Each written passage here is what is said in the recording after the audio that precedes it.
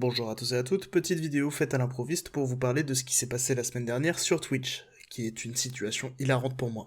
Pour rester dans la ligne éditoriale de la chaîne, on va surtout parler d'une VTubeuse en particulier, mais je dois quand même vous expliquer le contexte. En gros, sur Twitch, ça fait longtemps que beaucoup de streameuses abusent des termes de service de la plateforme. Les deux exemples les plus connus étant Alinity, à laquelle on doit notamment l'expression TwitchStat, abréviation de That Hoe Over There, cette pute là-bas en français. Et Amourante, à qui on doit la méta Hot Tub, où le principe c'est de se streamer dans un bain ou un jacuzzi en maillot de bain. Mais récemment, au début du mois de décembre, les streameuses sont allées un peu plus loin que de se montrer en maillot de bain ou faire des mouvements suggestifs. Non, la nouvelle méta, c'est la méta topless, c'est de se streamer, sans haut, juste au-dessus du poitrail pour ne pas montrer sa poitrine. Et évidemment, on veut quand même la mettre en évidence, donc on met des huiles pour faire briller la peau. Je vais pas m'étaler sur ce que je pense de chacune de ces métas pour un site pour 13 ans et plus, mais en tout cas, les internautes grognent et demandent à Twitch d'agir dès le 8 décembre. La réponse de Twitch, autoriser la nudité artistique sur la plateforme, pour protéger ses streameuses. Évidemment, c'est pas open bar, il y a des conditions et il y a des précisions qui concernent aussi les VTubers. Et ces conditions, je vais vous les lire.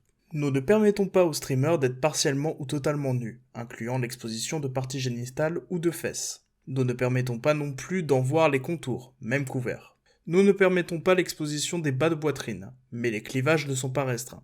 Les vêtements couvrant les parties intimes doivent être totalement opaques. Les avatars de réalité augmentée qui transmettent des véritables mouvements sont également sujets à tous ces standards, tout comme les cosplays et autres costumes. Le lendemain, Marina, une VTubeuse de l'agence Glitch Energy qui avait déjà fait scandale pendant le mois de novembre quand elle a rejoint l'agence en question, notamment à cause de l'exposition de pornographie auprès de son public sur Twitter, mais également pour sa participation pendant les campagnes d'harcèlement sur d'autres VTubers qui ont évoqué vouloir jouer ou ont joué à Hogwarts Legacy. Un autre scandale sur lequel je m'exprimerai pas parce que ça impliquerait que je me mette à hurler pendant 15 minutes à tirer des balles sur des VTubers pour le harcèlement de Pikami. Putain. Donc le lendemain, Marina fait un stream pornographique montrant son avatar nu d'un côté et montrant des fanarts clairement plus 18 de l'autre côté. Et son modèle dans une pose qui reprend ce que les internautes reprochaient au fameux stream topless, au milieu. Et le pire, c'est que son stream n'était pas interdit aux moins de 18 ans, alors que sur Twitch, on peut le signaler. Mais aussi, je rappelle que Twitch est un site pour les 13 ans et plus, et que donc Marina a délibérément et en parfaite connaissance de cause diffusé de la pornographie en public sans la moindre censure. C'est une ancienne professeure. Mais apparemment, c'est aussi une daronne. Évidemment, ça brise les nouvelles conditions d'utilisation et elle se fait ban. Le problème, c'est que du coup, la situation est partie un peu hors de contrôle, vu qu'énormément de VTubers se sont pris des bans, notamment Sarway, qui dessinait tout en respectant les conditions, vu qu'aucune partie génitale ou intimité n'était visible sur son dessin. Évidemment, elle était unban depuis, vu qu'elle a été juste prise dans un grand coup de filet. En revanche, ce n'est pas terminé étant donné que Marina a été également unban au bout d'une journée, après avoir violé les conditions d'utilisation de Twitch et, je le rappelle encore, diffusé de la pornographie sur un site fréquenté par des mineurs à un public non averti. Le truc, c'est que tu peux pas foutre le bordel et ne pas subir de conséquences, surtout à cette échelle. Marina était déjà globalement détestée par la communauté du VTubing, mais là, elle s'est également mise des artistes ados, et d'autres communautés. Donc elle, qui faisait globalement la maline en repostant les tweets qui mentionnaient que ce qu'elle faisait était immoral, et qui bannissait quiconque qui lui disait qu'elle brisait les conditions d'utilisation dans son chat, puis qui pensait recevoir en majorité du soutien, et elle est très vite redescendue sur Terre. Déjà, son agence qui l'avait recrutée le mois précédent l'a instantanément virée, elle et une autre VTubeuse qui faisait exactement la même chose, et ce à effet immédiat. Ensuite, maintenant, même les gens qui n'avaient pas connaissance des problèmes qu'elle posait depuis Hogwarts Legacy savent qui elle est, ce qu'elle a fait et pourquoi elle est problématique. Et du coup, comme elle recevait pas mal de haine, elle a fini par faire des excuses publiques. Je dois aux artistes et aux VTubers de grandes excuses. Je n'ai jamais souhaité causer du tort à qui que ce soit, et je pensais vraiment, après avoir lu les nouvelles conditions d'utilisation plusieurs fois, qu'il était ok de diffuser de la nudité statique fictionnelle tant que je labellisais correctement. Au final, il était inconsidéré et égoïste de ne pas attendre que les nouvelles conditions d'utilisation soient appliquées au lieu de les tester par moi-même de cette façon.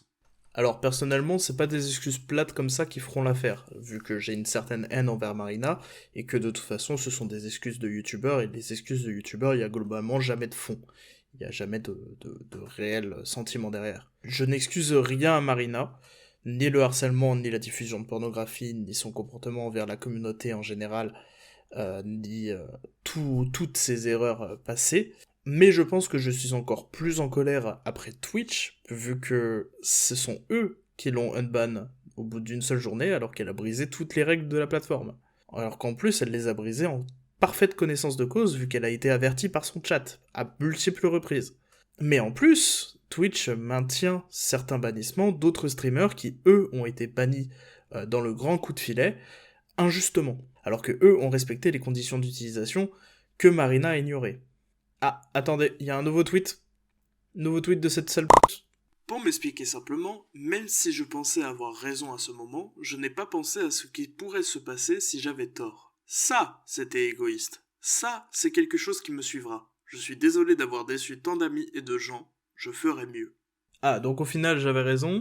Les excuses de youtubeurs, c'est toujours du vent, hein. Ces fameuses excuses, c'était juste ah, désolé, mon ego n'avait pas raison, excusez-moi. Ah, my bad. Et on espère une fin de carrière, grosse p***. Pour 2024, s'il te plaît. Comme ça, ta carrière, elle est bien courte. Moi, en tout cas, ça m'a saoulé. En tout cas, moi, tout ce que je vois, c'est que Twitch supporte ce genre d'individus sur sa plateforme. Donc, moi, je me casse. Je vous dis à la prochaine. Et passez une bonne journée. Excusez-moi, je viens de me réveiller, je viens d'apprendre des nouvelles choses. Promis, c'est les dernières choses. En fait, il y a une ironie du sort, parce que Marina a un Discord, et sur ce fameux Discord, les mineurs étaient autorisés. Et il a fallu qu'un de ses modérateurs, aujourd'hui exclu de la communauté, insiste pour que Marina passe le serveur en plus 18. Donc déjà, ça annonce la couleur. Si ton contenu, plus 18 pour rappel, est accessible à des mineurs. Ensuite, le point sur lequel Marina s'est défendue pendant le scandale Hogwarts Legacy, et juste après, quand tout le monde a fait la chasse aux sorcières pour savoir qui étaient les responsables pour le harcèlement de Pikami, Marina s'est défendue en disant que ça a attaqué des mineurs. Donc le combat de Marina, c'est de défendre les mineurs, ce qui en soi est une cause totalement louable. Mais comment tu peux dire que tu défends des mineurs tout en, quelques mois plus tard, diffusant de la pornographie à leur encontre? Ce serait peut-être temps d'arrêter de se foutre de la gueule du monde.